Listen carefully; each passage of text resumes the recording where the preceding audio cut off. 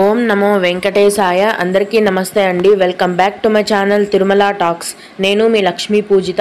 తిరుమల యొక్క డైలీ అప్డేట్స్కి స్వాగతం. తిరుమల దర్శనానికి సంబంధించిన లేటెస్ట్ అప్డేట్స్ కోసం మన ఛానల్ యొక్క టెలిగ్రామ్ గ్రూప్లో మరియు వాట్సాప్ ఛానల్లో జాయిన్ అవ్వగలరు. వాటి యొక్క లింక్ అనేది ఈ వీడియో కింద డిస్క్రిప్షన్లో మరియు కామెంట్ సెక్షన్లో ఇవ్వటం జరిగింది. ఈరోజు ఈ వీడియోలో మనం తిరుమల దర్శనానికి సంబంధించిన పూర్తి వివరాలను గురించి, అలాగే భక్తులు అడిగే కొన్ని ముఖ్యమైన దర్శనానికి సంబంధించిన వివరాలను గురించి కూడా తెలుసుకుందాం. కనుక వీడియోని చివరి వరకు చూడండి. ముందుగా నిన్న అంటే జూన్ 9వ తేదీన తిరుమలలో స్వామివారిని మొత్తం 81,744 మంది భక్తులు దర్శించుకున్నారు. అందులో స్వామివారికి మొత్తం 36,833 మంది భక్తులు తలనీలాలను సమర్పించారు. నిన్నటి రోజున తిరుమలలోని శ్రీవారి హుండీ యొక్క ఆదాయం అనేది 3,34,00,000 రూపాయలు. ఈరోజు కూడా ఎటువంటి దర్శనం టికెట్లు లేకుండా నేరుగా భక్తులను ఫ్రీ దర్శనానికి అనుమతిస్తున్నారండి. ప్రస్తుతం టికెట్స్ లేకుండా నేరుగా వెళ్లే ఫ్రీ దర్శనానికి మొత్తం 16 నుంచి 18 గంటల సమయం అనేది పడుతోంది. అలాగే తిరుపతిలో ఇచ్చే సర్వదర్శనం టికెట్లను తీసుకొని దర్శనానికి వెళ్లే భక్తులకు దర్శనానికి 4 నుంచి 5 గంటల సమయం అనేది పడుతోంది. 300 రూపాయల దర్శనం వారికి మరియు 500 రూపాయల దర్శనం వారికి దర్శనానికి 3 గంటల సమయం అనేది పడుతోంది. అలాగే ఈరోజు కూడా చిన్నపిల్లల సుపదం ఇన్ఫాంట్ దర్శనం అనేది ఉందండి. ప్రస్తుతం సుపదం ఇన్ఫాంట్ దర్శనానికి 1 గంట సమయం అనేది పడుతోంది. అలాగే విఐపి బ్రేక్ దర్శనం టికెట్లు కలిగి ఉన్న భక్తులకు కూడా దర్శనానికి 1 గంట సమయం అనేది పడుతోంది.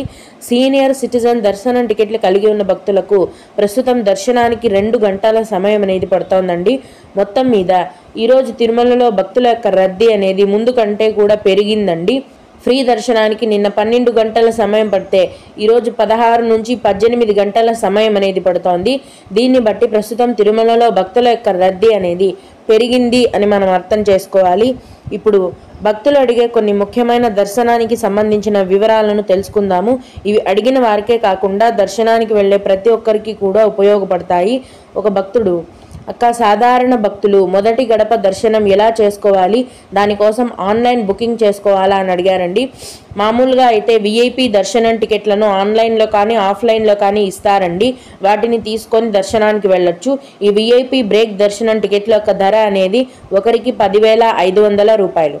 కానీ మీరు సాధారణ భక్తులకు మొదటి గడప దర్శనం ఎలాగా అని అడిగారు కాబట్టి మామూలుగా టీటీడీ వారు ప్రతి నెల చివరి వారంలో ఆన్లైన్లో సేవా ఎలక్ట్రానిక్ లక్కీ డిప్ని విడుదల చేస్తారండి. లక్కీ డిప్ అంటే లాటరీ సిస్టమ్ లాగా అనమాట. వీటికి ప్రతి నెల మన పేర్లను అప్లై చేసుకోవాలి. అప్లై చేసుకున్న తర్వాత వాళ్ళు రిజల్ట్స్ని రిలీజ్ చేస్తారు. సెలెక్ట్ అయిన వారికి మొదటి గడప దర్శనం అనేది ఉంటుంది.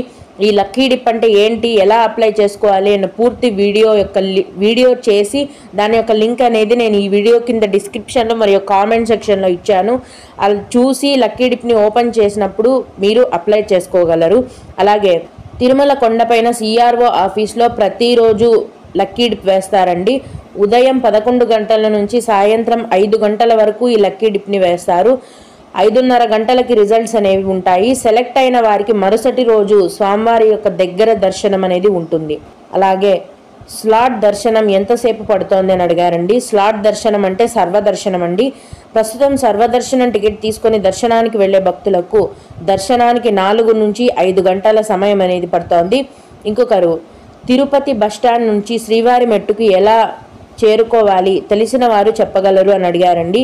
తిరుపతి నుంచి శ్రీవారి మెట్ల మార్గం దగ్గరికి ఆటోలు మరియు బస్సులు అందుబాటులో ఉంటాయండి.